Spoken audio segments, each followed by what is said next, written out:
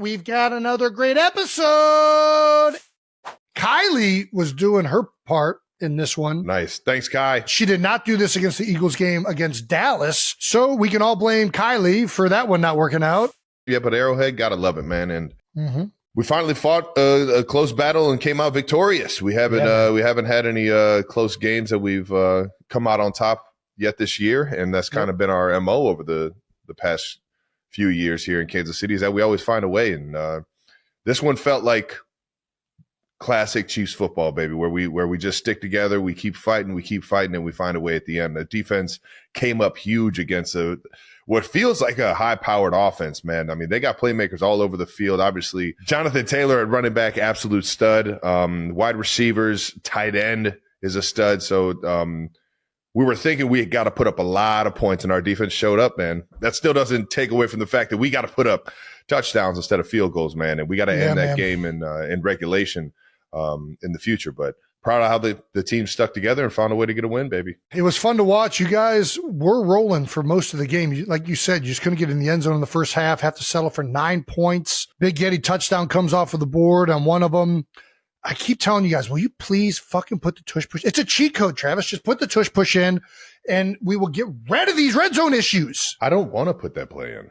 Well, I guess you don't like scoring touchdowns. Have fun kicking field goals. Just jag off. All right, statistically, this was a blowout.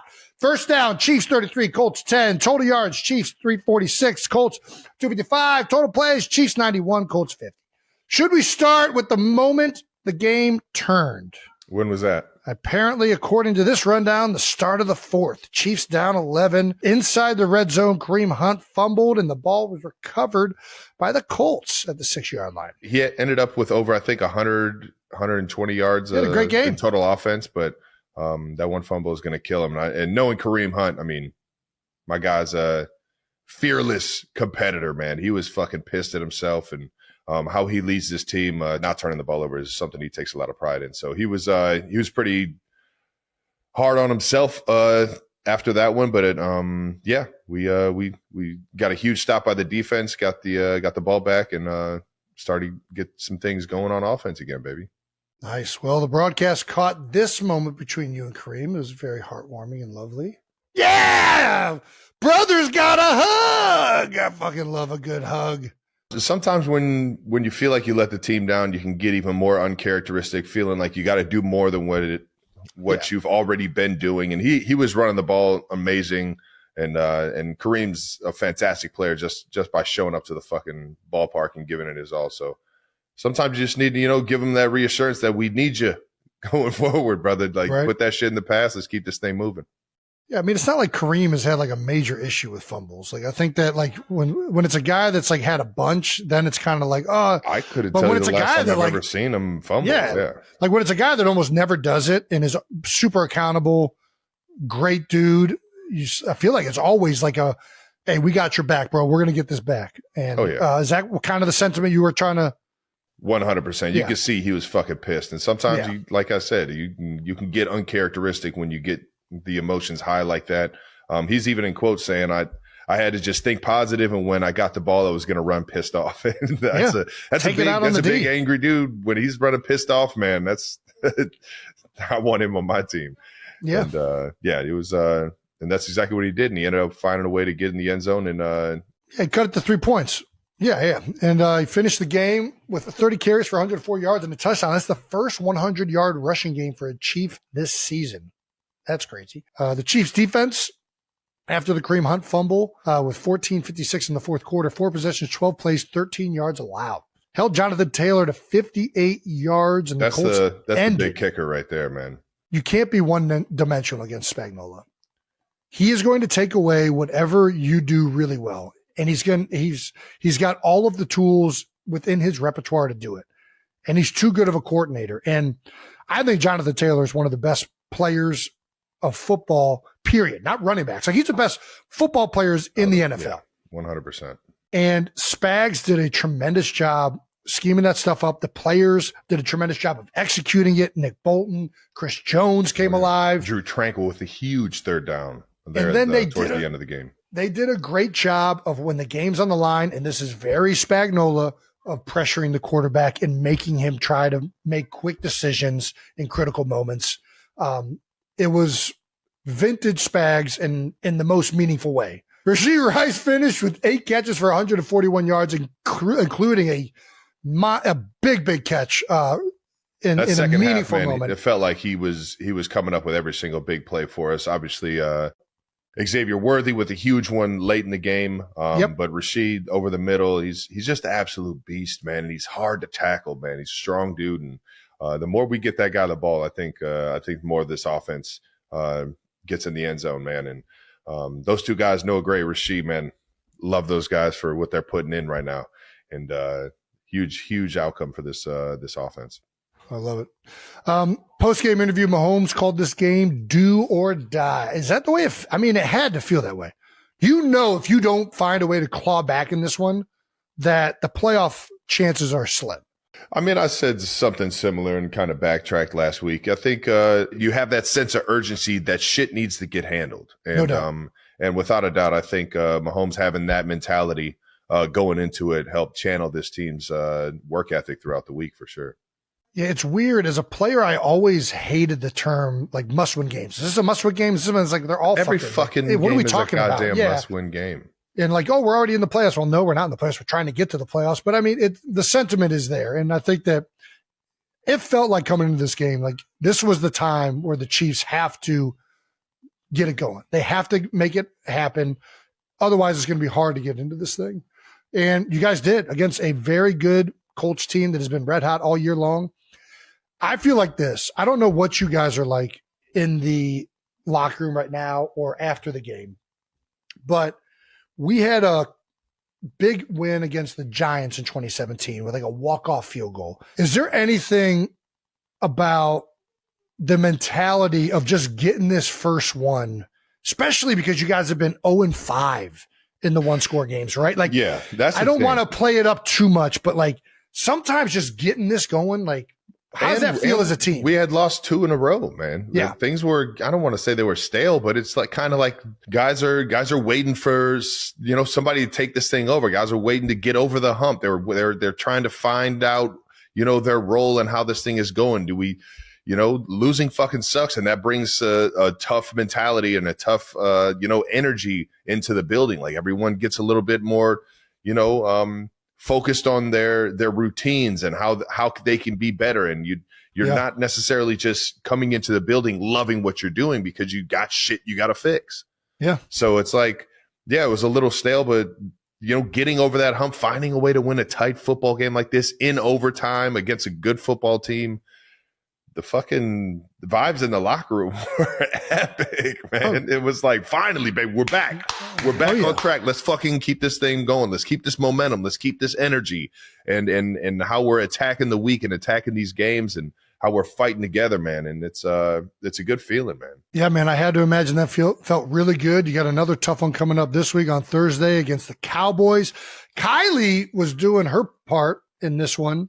Not watching the game. That's right. She turned her back. She did this at an Eagles game earlier this year. I remember, yeah. Worked like a charm. Nice. Thanks, Kai. She did not do this against the Eagles game against Dallas following the Chiefs game. So we can all blame Kylie for that one not working out. Also, some UC boys at the game. Who was at the game? Well, Sauce Gardner and Alec Pierce. Oh, yeah. Talking about the guys on the Colts. I was talking to Sauce before or after the game. I was like, I finally got my one-on-one with you, dog. That's all I wanted. I just wanted one. And the ball went like to the field and it was. Were you open? I felt like I kind of got open. Oh! I'm just saying, I think, Pat, if he would have came back to me, we would have had a completion. That's all I'm going to say. All right. No, man, I had so much respect for Sauce, man. I fucking love that guy. Got a lot of respect for Alec Pierce, too, man, and what they were able to do at Cincinnati, but also what they're doing in the league, man. It's got to be cool to play with a college teammate in the NFL, man. Big game this Thursday on Thanksgiving against the Cowboys. Down in Jerry's world, man. Yeah, the Chiefs going back to Dallas, man. They were once the Dallas Texans. Do you know that, this organization? I did know that, actually. Yeah. It's Lamar Hunt created the Chiefs or this organization down in Dallas during the AFL days, and actually, I believe right before the AFL days. I don't know. I think the only reason I know about the Dallas Texans is because of a throwback that Barry Rubin hooked you up with. Oh, nice. Yeah. That's the only reason I even know that. Dude, that's a sweet jacket, too. It is a sweet jacket. Yeah, their logo used to be the state of Texas. Yeah, whatever. You should do whatever you want. Yeah, so we're headed down to old Dallas, Texas to play a little Turkey Bowl, man. How about it, man? What's the first Turkey Bowl you remember? Turkey Bowl? Yeah. Like going out with ours? Dad. Yeah. I was about to say Turkey Bowl is more family, right? Mm-hmm. I don't remember the one that I really remember is one year we went all to Canterbury. Canterbury. I was gonna say that's the one I remember the most, and it was fucking like snowing ridiculous. Yes. It was. I don't even who was with us. I don't even remember who we went with. I have no idea, either, right? Dude. I feel like I remember it was two-hand touch because it was boys, girls, and different ages and everything. But Dad let us play tackle. No, Dad would never let us play tackle. What are you talking about? He would let us tackle each other. That's what I'm saying. Yeah, he was like, you two could play tackle. That's the one I remember right away. Yeah. I don't know why that's the one that sticks out. I feel like there was one at Roxborough too, the middle school. Yeah, for sure. We did one at middle school one time, but you knock that out in the morning and then enjoy some football and some holiday games in the afternoon, baby.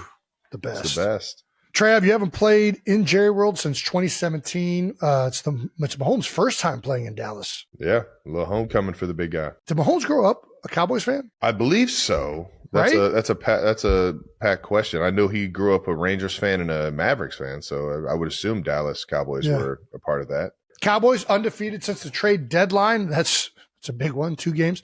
Do we owe Jerry an apology? Who owes Jerry an apology? Who's we? Who's we? What do I have to apologize What did we for? ever say about Jerry? I never said anything about I think Jerry. society at large. I feel like the man got laughed. I feel like he was getting laughed at a little bit.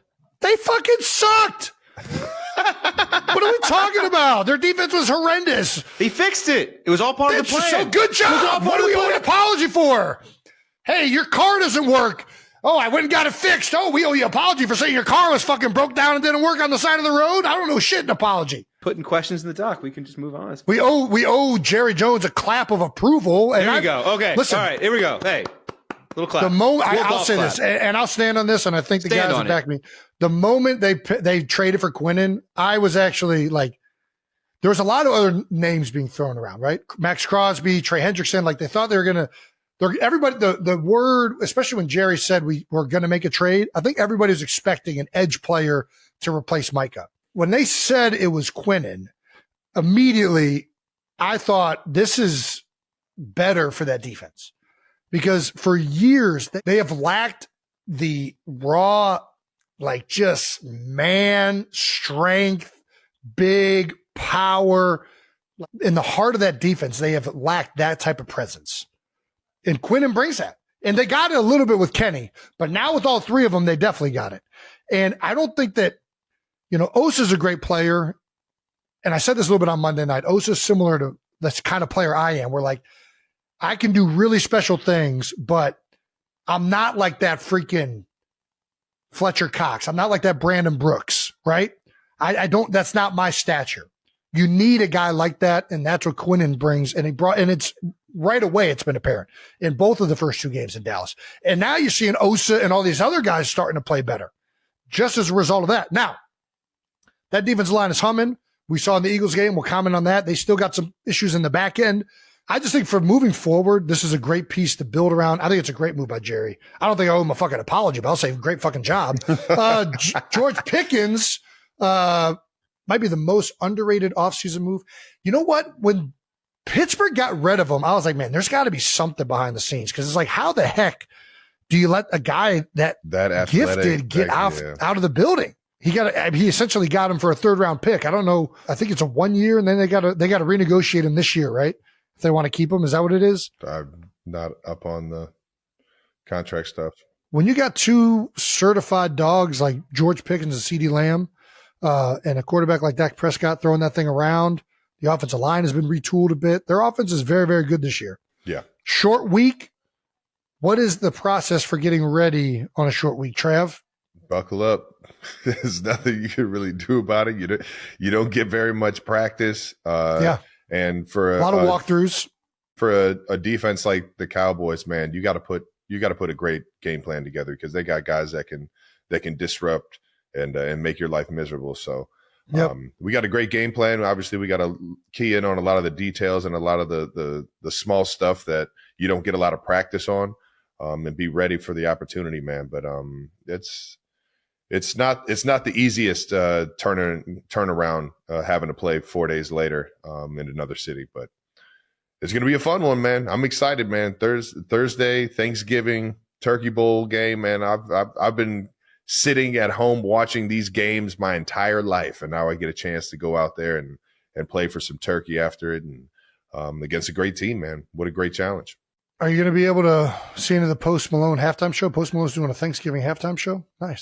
Nice, man. Shout out to Post. I don't know why I'm asking you. You're not going to see a fucking second of it, but I might see like the tail end of it from like the tunnel as we're getting ready to go back out there. But for the most part, I'll be trying to figure out how to attack them on the second half.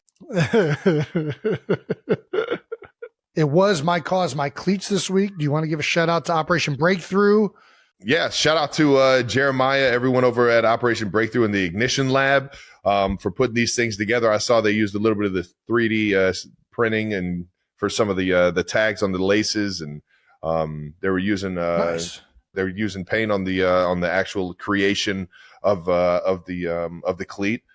Giving a big shout out to the Ignition Lab and what it means to them and everything. And on top of that, they gave me a book bag that the cleats came in. Yeah. And everybody at the Ignition Lab signed it, and it's pretty cool, man. I'm going to have to put that up here and showcase it. Obviously, they're still up at the facility, or I'd show you guys, but I'm an idiot. But thank you guys for showing some love for My Cause, My Cleats. And I was going to wear them throughout the game, but they were so cool, and the paint started chipping a little early in warm-up, so I switched them up before the actual game. Operation Breakthrough is one of the most special things Kansas City has. I think it's awesome what they do, everything over there for not just the kids, but the community. And to highlight it is a great job, Trav. Well done. And well done to everyone who made those cleats. And so cool. Very cool. Thank you to our presenting sponsor, Adobe Acrobat Studio. When playing in a high-pressure game, no matter the score, the most important thing is time. Like when the clock resets and suddenly you have a few extra seconds to strategize your next play that can lead to the big win. Ooh. Adobe knows that extra time can be a game changer, which is why they created an all-new Adobe Acrobat Studio. Acrobat Studio is like your trusted playbook, equipped with AI-powered tools that help you turn bonus moments into game-changing opportunities. From collaborating seamlessly to creating standout content, Acrobat Studio helps make every moment count in your workday. Transform your documents with PDF spaces where AI-powered insights meet seamlessly with collaboration. Get instant answers, create content, and share work effortlessly, all while keeping track of every source. Learn more at adobe.com/do that with Acrobat. A raw, heart-wrenching moment that left fans gasping. NFL star Travis Kelce broke down in sobs on the New Heights podcast, unveiling fiance Taylor Swift's deepest, most paralyzing fear. As brother Jason's eyes widened in stunned silence, Travis's voice cracked. It's this intrusive nightmare she battles daily. The terror of losing everything she's built. The bombshell dropped mid-conversation. Travis's tough guy facade crumbling as he recounted Swift's confession after reclaiming her Masters post-Super Bowl. She hit the floor, heaving, and I just wept, he admitted, tears streaming. Jason, frozen in shock, could only murmur, I had no idea it cut that deep. But what sparked Taylor's all-consuming dread? Whispers hint at a betrayal that shattered her world years ago, fueling a vulnerability that even her empire can't shield. As Travis wiped his eyes, vowing, I'll fight it with her, one burning question lingers. Will this fear fracture their fairy tale? Tune in. The full, untold story drops soon.